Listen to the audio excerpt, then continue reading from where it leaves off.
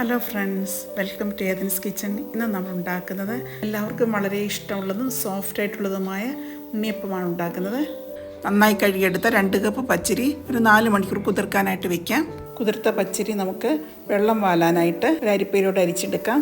തേങ്ങാക്കൊത്ത് വറുത്തെടുക്കാനായിട്ട് ഒരു പാൻ അടുപ്പിൽ വെച്ച് നന്നായി ചൂടായി കഴിയുമ്പോൾ അതിലേക്ക് 1 ടേബിൾ സ്പൂൺ നെയ്യ് ഒഴിച്ചു കൊടുക്കുക. നെയ്യ് ചൂടായി കഴിയുമ്പോൾ അതിലേക്ക് 1/4 കപ്പ് മുതൽ 1/2 കപ്പ് വരെ തേങ്ങ കൊത്തിട്ട് നമുക്ക് ഗോൾഡൻ ബ്രൗൺ ആകുന്നത് വരെ വറുത്തെടുക്കാം. അത് തണുക്കാനായിട്ട് നമുക്ക് മാറ്റി വയ്ക്കാം. ശർക്കരപ്പാനി തയ്യാറാക്കാം. അതിനായിട്ട് ഒരു 300 ഗ്രാം ശർക്കര 1/2 കപ്പ് വെള്ളം ഒഴിച്ച് നമുക്ക് നന്നായിട്ട് അലിയിച്ചെടുക്കാം. നന്നായി തിളച്ച് കഴിയുമ്പോൾ സ്റ്റൗ ഓഫാക്കാം. അതിനുശേഷം അരിപ്പയിലൂടെ അരിച്ച് തണുക്കാനായിട്ട് മാറ്റി വയ്ക്കാം. ഇനി നമുക്ക് അരി അരച്ചെടുക്കാം. അതിനായിട്ട് മിക്സിയുടെ ജാറിലേക്ക് നമുക്ക് അരി ഇട്ട് കൊടുക്കാം. അരിയിലേക്ക് ശർക്കരപ്പാനി ഒഴിച്ച് ഒരു തരിതരിപ്പോടുകൂടി നമുക്ക് അരച്ചെടുക്കാം.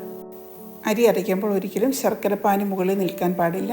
അങ്ങനെ വരുമ്പോൾ അരി നന്നായി അരഞ്ഞു കിട്ടത്തില്ല. തരിയോടുകൂടി വേണം അരി അരച്ചെടുക്കാനായിട്ട്. ഇതിലേക്ക് 3 പാളയംകോടൻ പഴം കൂടി ചേർത്ത് കൊടുക്കുക. പാളയംകോടൻ പഴത്തിന് പകരം നമുക്ക് റോബസ്റ്റ പഴം എടുത്താലും മതി. ഈ പഴവും കൂടി ചേർത്ത് നന്നായിട്ട് നമുക്ക് അരച്ചെടുക്കാം. അതിലേക്ക് നമുക്ക് ഒരു 1/4 ടീസ്പൂൺ ഉപ്പും 1 ടേബിൾ സ്പൂൺ ഗോതമ്പ് പൊടിയും കൂടി ചേർത്ത് നന്നായിട്ട് ഇളക്കിയെടുക്കാം. ഇതായിരിക്കണം മാവിൻ്റെ കൺസിസ്റ്റൻസി എന്ന് പറയുന്നത്. ഒത്തിരി ലൂസ് ആവാനും പാടില്ല, ഒത്തിരി കട്ടിയാവാനും പാടില്ല. ഇനി ഒരു 5 മണിക്കൂർ നമുക്ക് മാവ് പൊങ്ങാനായിട്ട് മാറ്റി വയ്ക്കാം.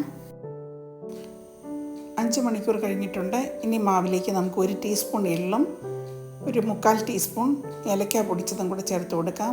നേരത്തെ വറുത്ത് വെച്ചിരുന്ന തേങ്ങാക്കൊത്തും നെയ്യും കൂടെ ചേർത്ത് നന്നായിട്ട് ഇളക്കി കൊടുക്കാം. ഉണ്ണിയപ്പത്തിനുള്ള മാവ് റെഡിയായി. ഇനി നമുക്ക് ഉണ്ണിയപ്പം ചുടാനായിട്ടുള്ള പാത്രം അടുപ്പിൽ വെച്ച് ചൂടാക്കാം. ചൂടായി കഴിയുമ്പോൾ അതിലേക്ക് നമുക്ക് വെളിച്ചെണ്ണ ഒഴിച്ചു കൊടുക്കാം. എണ്ണ നന്നായി ചൂടായി കഴിയുമ്പോൾ മീഡിയം ഫ്ലെയിമിലേക്ക് കൊണ്ടുവന്നതിന് ശേഷം നമുക്ക് ഓരോന്നിനും 1/4 ഭാഗം വീതം മാവ് ഒഴിച്ചു കൊടുക്കാം.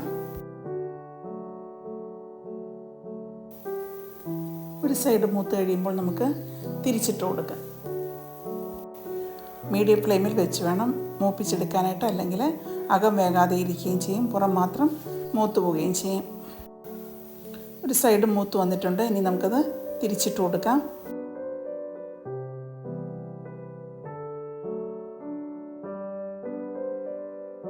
ഇപ്പോൾ 2 സൈഡ് മൂത്ത് വന്നിട്ടുണ്ട്. ഇനി നമുക്ക് എണ്ണയിൽ നിന്ന് കോരിയെടുക്കാം. അങ്ങനെ നമ്മുടെ ടേസ്റ്റ് സോഫ്റ്റ് ആയിട്ടുള്ള ഉണ്ണിയപ്പം തയ്യാറായി. എല്ലാവരും ട്രൈ ചെയ്ത് നോക്കുക, ഫീഡ്ബാക്ക് അറിയിക്കുക. Thank you for watching.